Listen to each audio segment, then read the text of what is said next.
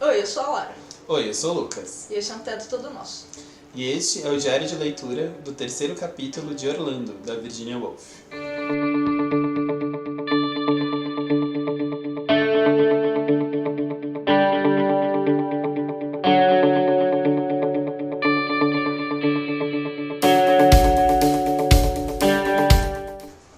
Oi, pessoal.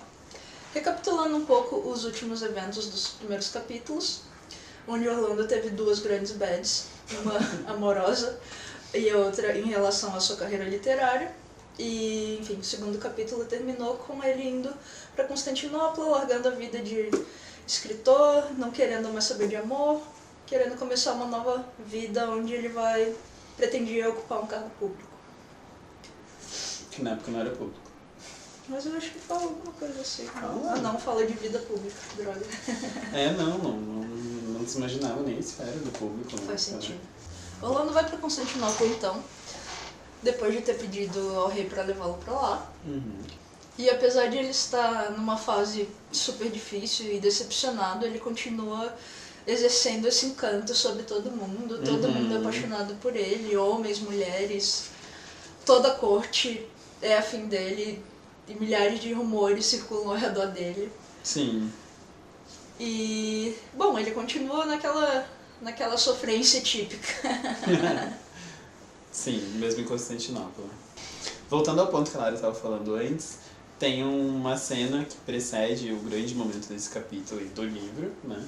Que é um baile dado pelo Orlando na casa dele, no palácio dele, lá em Constantinopla, aonde vai causar tanto essa grande admiração das pessoas presentes por ele, né, por ser essa pessoa linda, maravilhosa e tal, mas ao mesmo tempo causa um certo tipo de indignação com ele, porque ele não tira nenhuma das mulheres pra dançar, e como que, né, um homem solteiro não vai tirar nenhuma mulher e tal. Desculpa, pode falar. E então começam os burburinhos sobre ele ter tido o coração partido, e começam a falar que devia ser uma mulher monstruosa, como é que deixa um rapaz daquele escapar. E, enfim, Virginia segue seus elogios a Orlando. Sim. Vita sempre sendo elogiada a todo qualquer momento. Bom, então, tem uma passagem na página 90 que precede a gente saber o que acontece com Orlando, que eu acho que é maravilhosa, que a Virginia fala. E agora, de novo, a obscuridade se impõe, e oxalá fosse mais profunda. Oxalá, quase temos vontade de exclamar, fosse tão profunda e que não conseguíssemos enxergar nada através de sua opacidade. Oxalá pudéssemos, nesse ponto, empunhar a pena e escrever a palavra fini em nosso trabalho. Oxalá pudéssemos poupar o leitor do que está por vir e dizer-lhe, sem meias palavras, Orlando morreu e foi sepultado. Mas aqui, ai de nós, a verdade, a candura e a honestidade, as austeras deusas que fazem guarda ao lado do tinteiro do biógrafo, gritam não. Levando aos lábios suas trompetas de prata, elas exigem um uníssono a verdade. E de novo gritam, a verdade, e fazendo-se ouvir por uma terceira vez, ressoam em coro. A verdade, nada mais que a verdade. Eu achei excepcional. Primeiro, a maneira de introduzir, né, essa mudança, né, que o Orlando sofre, mas em segundo, essa jocosidade que vai voltar no capítulo seguinte, que é a relação que ela tá tecendo desde o começo do livro entre um biógrafo, um escritor e um poeta, né? Essa tríade que parece estar tão separada por ela, mas que a todo momento está tão próxima, né? Sim. Porque ao final são as deusas da pena, né? Da tinta, do tinteiro, que gritam pela verdade. Mas são ao mesmo tempo as musas que estão inspirando o poeta. Sim. E que inspiram o escritor também. Então, né, tem alguma coisa que ela, ao introduzir isso, cria uma nebulosidade em relação ao que vai acontecer depois. Sim. E que dá um tom que eu achei incrível, assim. A gente já pode entrar na passagem da transformação? Sim, óbvio. É a introdução. Né? Bom, esse trecho precede o grande evento do livro, então, que é a transformação de Orlando de homem para mulher. E essa cena, ela é um pouco confusa, mas ela é maravilhosa. Ela, enfim, é super delicada, a escrita dela. E ela é, pra mim, uma cena super shakespeariana. Sim! Muito shakespeariana. A ideia daquelas entidades, enfim. Como eu disse nos vídeos anteriores, Orlando tem um quê de peça de teatro em todo ele. E essa cena eu consigo imaginar muito como uma cena de uma peça. E que ressoa a época que está sendo retratada naquele momento, né? Exatamente. Então nós temos essas musas, essas entidades dançando ao redor dele e, enfim, operando a sua transformação e a sua mágica. E é uma cena muito bonita. E, paralelo a isso, nós temos Constantinopla sendo destruída. Então é um contraste muito curioso. Enfim, também, se nós pensarmos, a cidade está indo abaixo e Orlando, como ele era até então, também está indo abaixo, né? Sim. Vai emergir dali uma coisa completamente diferente. Assim como emerge um regime diferente, uma maneira de se pensar os estados diferentes a partir desses, né?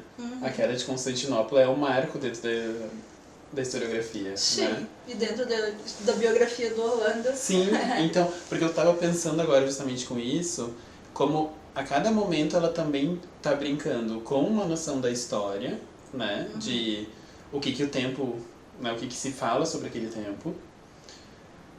Enquanto ela fala literariamente em relação a isso. Então, por exemplo, o Orlando escreve epopeias no começo, né? Escreve muito sobre natureza humana, né? Que é muito dessa época que ele tá vivendo naquele período.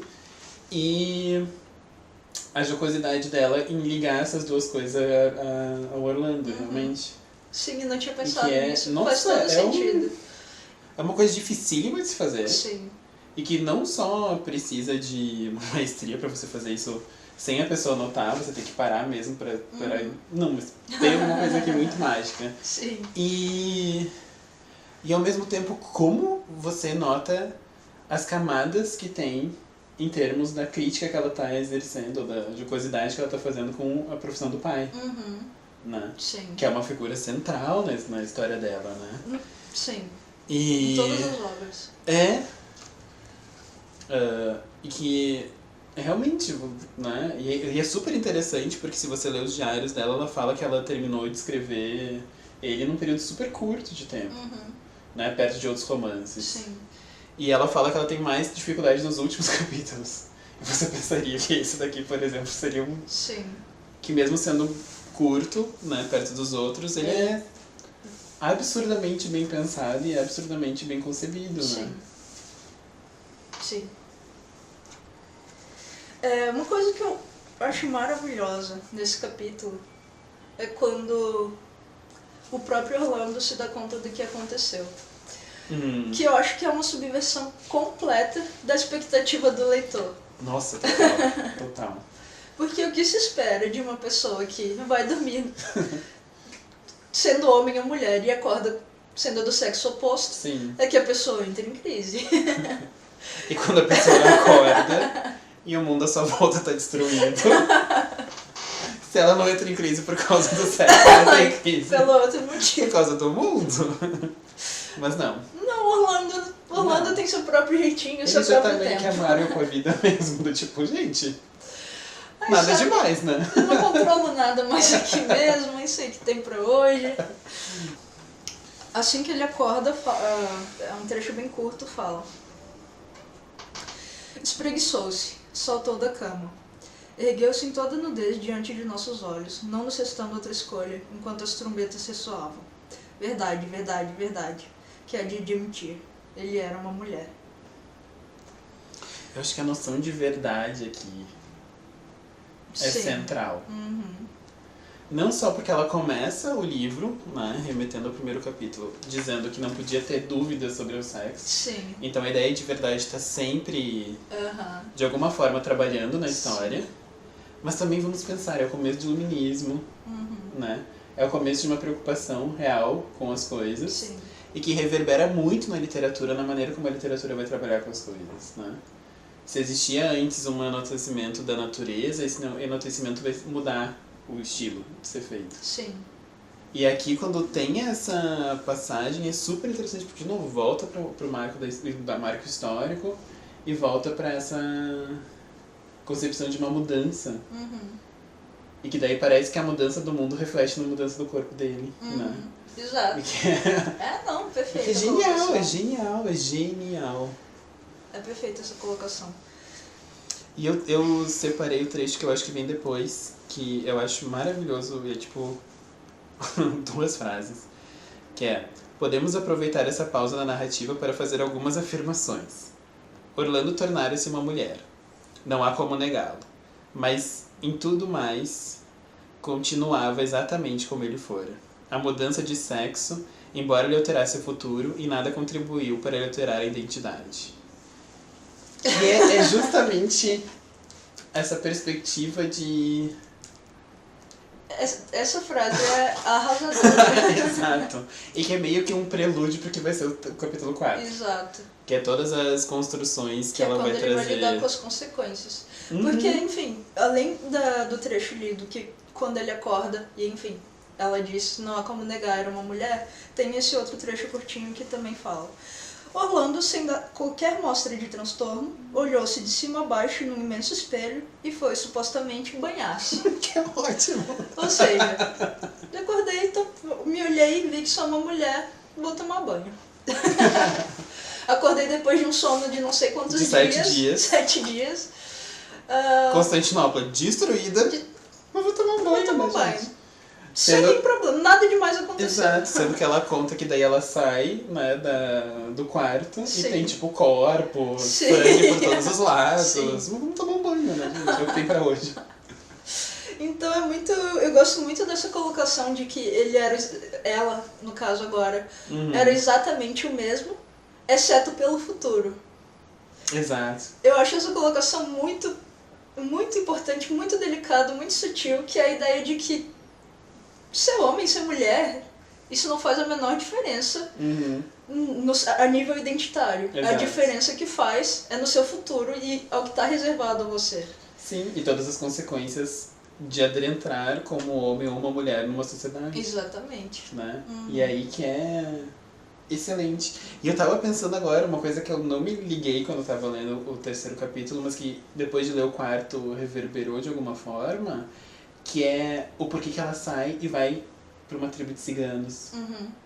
E ela fala no começo do 4º capítulo sobre o quanto os ciganos não têm uma diferenciação de sexo, né? Eu queria muito falar sobre isso. E daí é super interessante ela sair, né, dessa transformação e ir pra um lugar onde socialmente ela não é demarcada enquanto sexo, mas ela é demarcada como estrangeira. Que é uma outra concepção. Exato.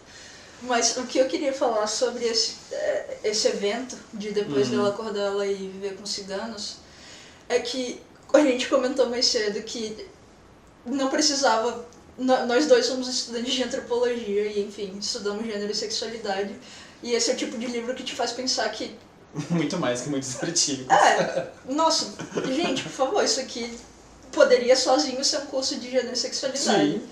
Mas o que me deixa mais impressionada é a percepção dela de que justamente essa construção é cultural.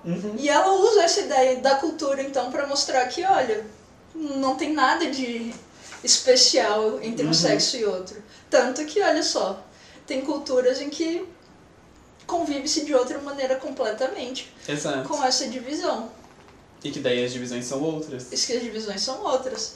Né? O problema é ela tá usando demais uma idolatria ao comer, né? E a natureza e todas as percepções novas dela sobre o universo. Sim. Do que ela ser uma mulher ou um homem que agora é uma mulher. Sim, então eu achei essa ideia, enfim, essa sutileza dela ter percebido isso como um evento cultural, enfim, a maneira de existir enquanto mulher no mundo, eu achei também muito, muito importante. Sim, e uma época que, por exemplo, a antropologia e sociologia estavam latentes, né? Estavam E preocupados com nascendo. outras coisas inteiramente. Sim, não, gênero não existe em termos de pesquisa, até Margaret Mead, alguma coisa nesse sentido, enquanto um conceito problematizador, né? Sim. Ele sempre é usado como um conceito categórico, Sim. né? De sexo enquanto divisão de tarefas do mundo. Uhum. Que é justamente o que ela tá batendo aqui. Então, Exatamente. em pensar que, por exemplo, esse livro é escrito concomitantemente ou até antes que o do Malinowski. É muito concomitante, porque o lançamento dos Argonautas é metade dos anos 20, se não me engano. Sim, acho que você tem razão. Porque ele faz campo na década de... na segunda década, na década de 10. Pra vocês verem. Exato. Virgínia fazendo antropologia muito, Muito antes e antes. muito melhor. Eu acho maravilhoso o final, como termina esse capítulo, quando ela fala: nenhuma paixão é mais forte no coração do homem do que o desejo de obrigar os outros a acreditarem no que ele acredita. Nada perturba tanto sua felicidade e o deixa tão furioso quanto a ideia de que um outro dá pouco valor àquilo que ele muito valoriza.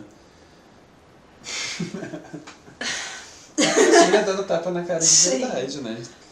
Isso também, essa frase também me marcou muito, especialmente porque eu acho que em tempos de internet isso é muito verdadeiro. Sim. A gente não consegue aceitar bem que o outro não pense e não concorde com Exato. as nossas ideias e enfim, ela coloca isso como uma das coisas mais humanas que há.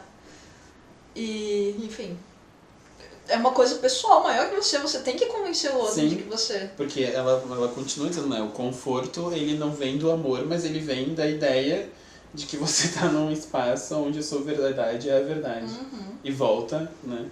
A todas as concepções de verdade. Exato. E que é Virgínia dando tapa na cara da gente a cada página. Um atrás do outro, gente. Nada novo embaixo do sol, né?